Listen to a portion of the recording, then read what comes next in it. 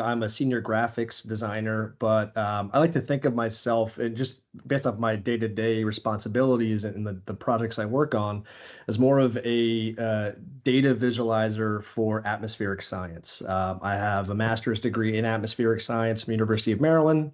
I actually went to Salisbury University for undergrad and for weather and earth science, and actually kind of took a little detour and worked in sales. I actually sold sailboats for a while, and then was a recruiter.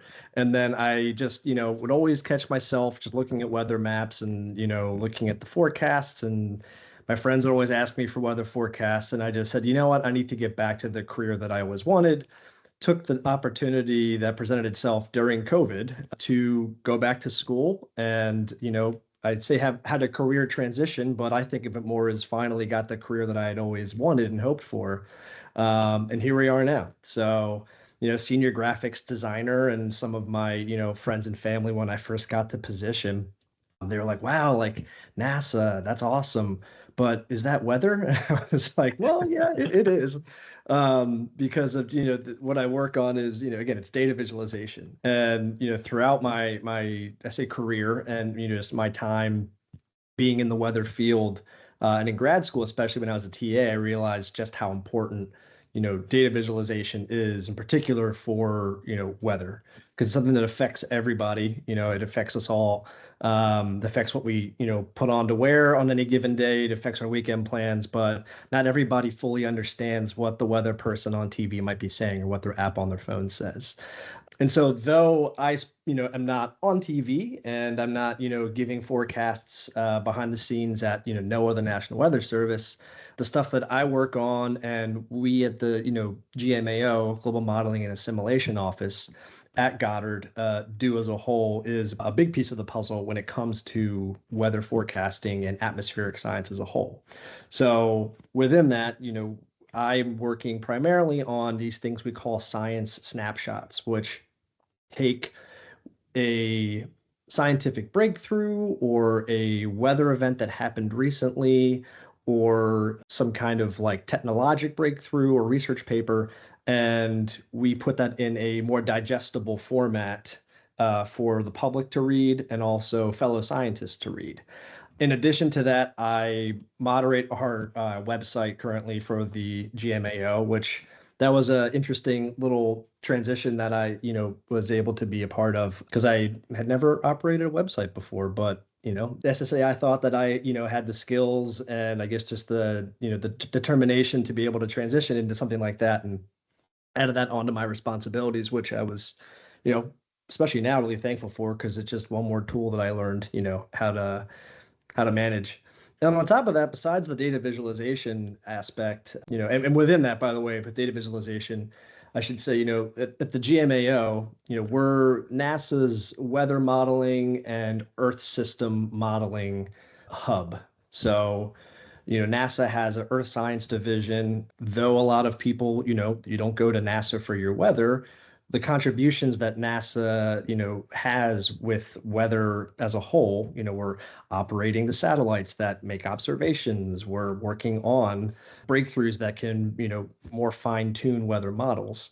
All of that is, all these models that we have, they all have to be conveyed to the public in some way, shape, or form. And a lot of times they're not easy to read. A lot of folks can't just look at a weather map and say, oh, what's going on? Or the models that we use themselves, they just spit out numbers, right? So within the GMAO, we have to take a lot of these models that we have and actually make easy to understand or easier to understand videos, animations, pictures of what it is that's going on with the weather. Well, that is, that's going on with the oceans, what's going on with, ice caps, things like that, just all the Earth system as a whole. And so the data visualization is a huge part of it because, reading a printout or having someone read out to you what the weather is going to be like is a lot more hard to understand than just looking at a map, right? And if we're recapping an event that happened, let's say there was a snowstorm or severe weather outbreak, would you rather, have someone just verbally say what happened, or would you rather look at a map and say, or an animation, a video that is specifically trimmed down to a certain area where that occurred, and then you have a nice write-up explaining what you're looking at, what happened. So that's a lot of what we do, and mainly what I do within the GMAO. And then on top of that, every now and then I get to dabble in my first love, which was forecasting. I do get to issue forecasts for certain events. Like, for example, we had the solar eclipse last year. Myself and another SSAI member, Gary Partika, we were asked to give forecasts for that event, which was pretty fun. And then I also do some forecasting for some field campaigns that the GMAO also supports. So a little bit of everything. I know there's a long answer to your question, but I do a little bit of this and that, but the main thing is data visualization of our models on our Earth system models. Wow, that's truly fascinating, Bennett. And you are definitely contributing to a lot of different elements. And I really appreciate you highlighting that. It just really shows your expertise in many different areas. And I appreciate you too highlighting your life's journey in terms of like where you started off, where you went to next, and then how you ended up here at SSAI. I think as we can all agree, there's no one straight path to get to your dream job, right? Exactly. There's multiple different zigzags. Yeah, and that was something that was, told to me by, friends and family, and until you actually experience it, you don't really fully comprehend that. But I'm very thankful that SSAI, I'd say in my mind, took a chance on me, if you will, but really, took a chance on me and gave me the opportunity and the tools I needed to feel more confident right off. I remember my first day, I was like, oh my gosh, am I in over my head? And no, everyone was helpful with getting me spun up and has continued to be that way. And, the company has always given me the tools that I need to succeed, which sounds like a cliche, but it really is true. Then they, support their employees, I know firsthand, on just, getting spun up. If you don't feel too confident about your skill sets in one thing, there's tools and resources to go to improve those. That is fantastic to hear. And I'm so thrilled that you've had such a wonderful experience with being at SSAI. And I can definitely say the same thing as well. Since I've been at the company for about a year and a half or so, everybody's just been so supportive. There's been a true family feel, and you really get to know your colleagues. And by having a great workplace culture like at SSAI, it definitely impacts it positively the work that you do. So yeah. That's just very awesome, Bennett, that you are enjoying yourself and enjoying the work that you do. So I really appreciate you diving deeper into that. For sure. And my next question, Bennett, I wanted to transition on to was you mentioned about some visual aspects and with visual storytelling. Visual storytelling plays a powerful role in communicating scientific discoveries. Can you walk us through how you transform complex atmospheric and earth science data into compelling visuals that resonate with a broad audience? Absolutely. So within, the GMAO, we have our main numerical weather prediction model. It's more so of a system. It's called GEOS. It's the Goddard Earth Observing System. And what it is, there's different kind of, weather models. People may have heard of the GFS. They may have heard of the Euro model, which have different, facets that they're looking at of the atmosphere and things like that. What GEOS does is it really is comprised of different pieces. There's a part that's looking at, weather itself. There's parts that looking at composition, air quality, things like that, oceans, just different pieces of the Earth as a whole, because it's all tied together. And it's great, but at the same time, it's what it spits out basically are just raw numbers. So I talked about this a second ago, how it's hard sometimes to just look at a weather map. Well, it's even harder to look at just numbers, and you can't decipher what's going on. Luckily, there are computer codes and scripts that have already been made way before I started that take all of that raw data, those raw numbers, and put them into graphics. They put them into figures that make what we would know as weather maps. But it's not just one. You can't just have weather maps to the untrained eye. You also need to have especially if you're going to highlight a certain event or something, you need to explain in detail what's going on. You need to zoom in on a certain region. You need to maybe tweak the color scheme, things like that, which is where the graphics design part comes into play. And how to, figure out how to best convey information to people, whether it's the public, whether it's fellow scientists that are experts in their own field, but their own field, even though it may overlap with another one, if it's not the exact same field, we all have questions about what's going on. Hey, can you explain if, oh, there's a sandstorm and that happened in the Midwest? How did that happen? Can you visualize it? How does it look?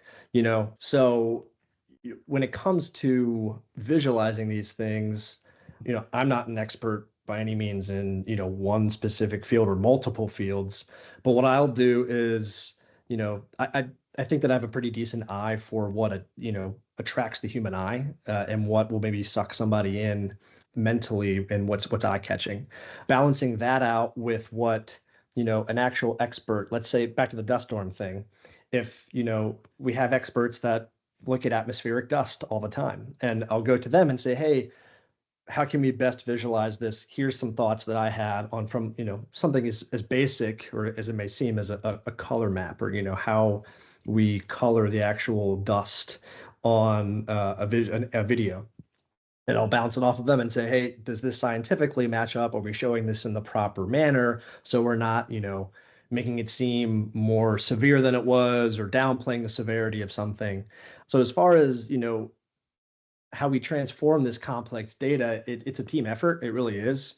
And, I'm just one piece of it that's, I guess, happens to, be pretty decent at knowing what may catch someone's eye. But it really is, it's a group effort when it comes to a lot of these visualizations. And, I'm very thankful that we have a team that is so supportive of one another. And there's never, even though we're all very busy, everyone makes time to answer a question that you might have about how to best go about displaying something, because that's honestly one of the, if not, I guess, the biggest piece of all the work that we do is since we're doing with research, research is only as good as, I guess, the understanding of it is to those that don't work in that field. To the general public, if you say, hey, this group is working on this outstanding, research and all these improvements to weather modeling, but you can't show them how the improvements are going, or, indicate, what is being done and improved upon, then it really doesn't make a difference, right? Because if you can't show someone what's happening and the improvements and things like that, and then people aren't going to be as supportive of it.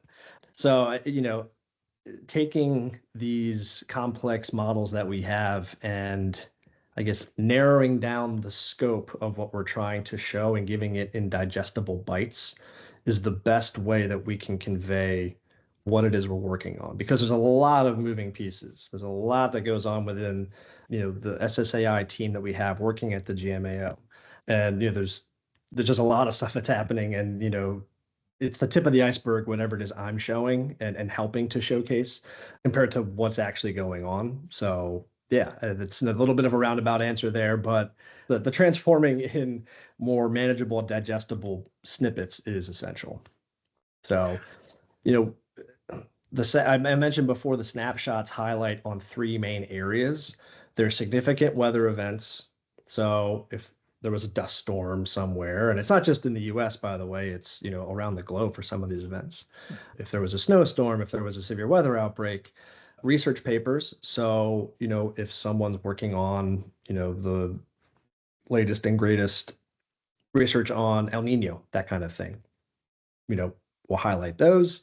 And also technologic breakthroughs. So, oh, hey, there's supposed to be a new satellite being launched, and we're working in part, with that, taking those just highlights, if you will, and showcasing how we're involved with it is a lot of what I do. And I think it's really, really key to make sure that the public knows, and also fellow scientists know what's going on, because we're always so focused on what it is we're doing ourselves that we just physically can't stay up to date with what everyone else is doing around us.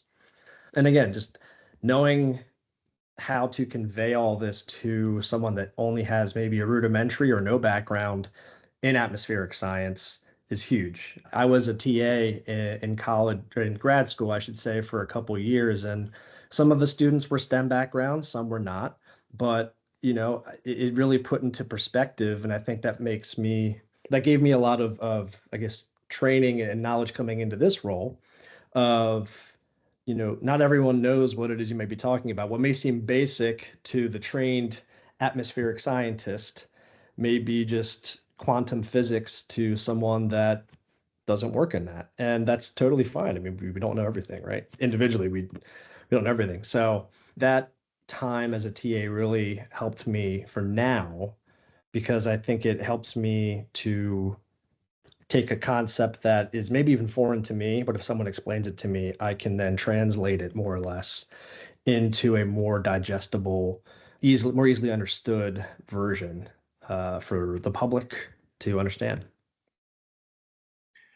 You bring up, Bennett, a lot of excellent points. And again, I really appreciate you diving deep in terms of that question that I asked in regards to visual storytelling. And I like that you mentioned that it's important to break down the content to many different audiences, because as I think we all can agree, everybody learns in different ways and at different rates. I myself learn best visually, and some people might be able to get the knowledge very quickly, as you mentioned, but to another audience that might not be as familiar, it might take just a little bit more time or a different approach to explain the concepts. So it's definitely important that the content is tailored to a wide variety of audiences, so that way they can truly understand the purpose of the content. How is it applicable to them, and how does it best apply to their everyday lives? So, and you're currently doing that based on your work and also your team's work with the GMAO. So, and also GEOS. So, again, Bennett, I really appreciate you diving deeper with that. And my next question that I wanted to ask you was, with SSAI at the forefront of scientific innovation, how do your designs help showcase the organization as a leader in making scientific research more accessible and engaging to the public? Yeah, absolutely. Great question. So, yeah, as we talked about, now we have the science snapshots that are on the GMAO website that I spearhead and put together. But we get some good traffic on the website there. A lot of those are shared amongst different departments within NASA and externally. But aside from that, some of the visualizations that are worked on within the SSAI, team that we have at the GMAO are actually used in interactive exhibits down at the Smithsonian for some of them, and at NASA headquarters in the EIC.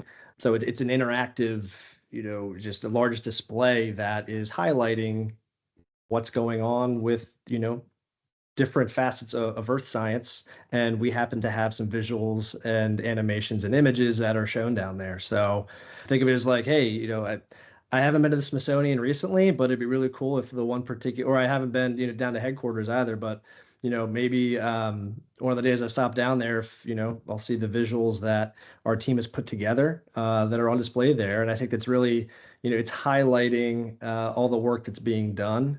And I think that, since SSAI is, and especially within the graphics, I guess, team, you'd say, another coworker who's been around for a long time and has taught me a lot is Joe Artizzoni, and he puts a lot of these visuals together that are on display there, and they're highlighting just a wide variety of work that's being done within the GMAO, and I guess we are more of, which I think is really fun, a facilitator and a vessel through which the research scientists within the GMAO can have their voices and their work shown by taking their models that they're improving, their research that's being done, and putting it into these eye-catching, digestible, understandable, not that it's not understandable before, but more understandable to the general public formats. So, SSAI has, I think, left a pretty good mark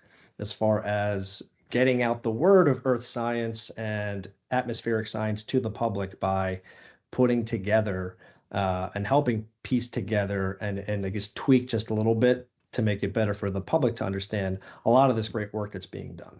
So, it's helpful since there are a lot of improvements that are always happening to weather models, and I think the folks within the GMAO are at the forefront of that. It's important to highlight the work that's being done because we're all, computing as it gets better and more powerful, we're always improving these weather models to make better forecasts. And though we're not the ones issuing the forecasts, the contributions that are being made towards that are essential, and highlighting that is great so that people's work can actually be seen. Yeah, I think, Bennett, from what you said there, you brought up a lot of excellent points again. And that's just super cool. By the way, as a side note, that some of the science snapshots and some of the visualizations that are used at the Earth Information Center, or the EIC, some are shown at the Smithsonian, and others are shown at NASA headquarters. So first of all, for those of you audience and viewers who are currently listening to this podcast episode, please definitely check out the Smithsonian if you're around, and also check out, if you're near NASA headquarters, please also check out their website for more details. We also will be providing a link in the YouTube video description of this video in regards to the science snapshot. So please definitely click on the link below in this video, so that way you can see even further in terms of what Bennett has developed and engage with us from there. So Bennett, I really appreciate you highlighting how SSAI is making scientific research more accessible and engaging to the public. And Bennett, my final question I wanted to ask you was, and this is just a fun question, just as a side note, but the question is, if you could turn one of your scientific visualizations into a giant mural or an interactive exhibit for the public, what exactly would it look like, and what story would you want it to tell?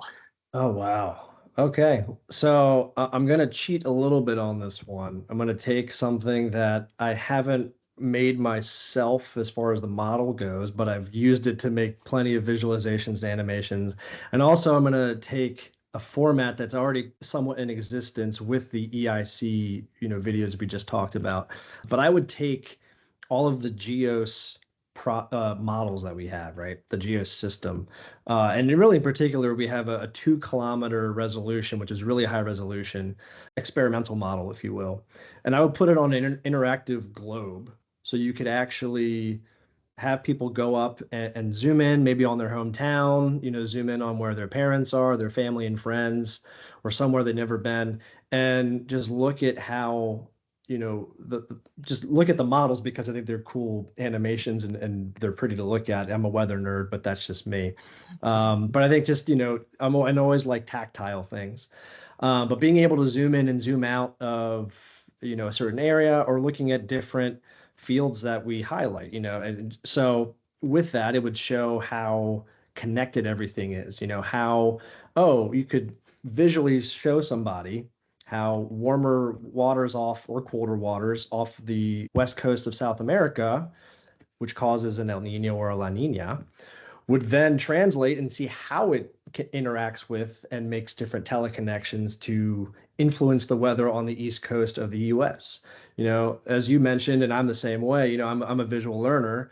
And so I think that a lot of people are, and taking, the GEOS model, which has, again, it's not just a weather model, there's different pieces to it, like oceans, there's air quality, all this stuff. But putting that on an interactive globe, I think would be fun, because I think it's just cool to zoom in and zoom out. But it would really showcase the scope of what SSAI is working towards within the GMAO and all of the individuals that work there. And it would help educate the public on just earth science and specifically atmospheric science, and maybe help them understand how to read a weather map, how to look at a satellite image. And on top of that, if I could, I would also overlay observations to show just how accurate models are as a whole, because I personally think that meteorologists and atmospheric scientists get a bad rap of not being correct all the time. But we actually are we're more accurate than we are inaccurate. And I think that it'd be cool to have an overlay of here's what actually happened, here's what the model showed, and people would say, oh, maybe they're actually pretty good. So, but I think overall that would be, I think a fun thing to have would be just a giant interactive globe that has weather models on it. That's absolutely fantastic, Bennett. And, I think that it would definitely represent a great mural, and it would especially be interactive as well. So that is definitely, something I think for the foreseeable future that can definitely be implemented and worked on. And it would be super cool to see. And I think very engaging for multiple different age levels. So Yeah. I really appreciate you highlighting that even further, and just letting our audience know in terms of what it would look like. So we definitely can't wait to see it, at some point in the future once worked on. Absolutely. So with that, Bennett, like I said before, I just wanted to thank you again so much for taking time out of your very busy schedule to talk with me today based on all of the work that you currently do for SSAI. You are truly a rock star who is really making an impact and a difference globally, and everybody around the world is going to continue to be fascinated by the great work that you and your team are doing. Please definitely keep us posted and let us know any additional new insights that are gathered based on your work and any new discoveries, and we cannot wait to highlight it. Awesome. Yeah, absolutely. Thank you for having me on.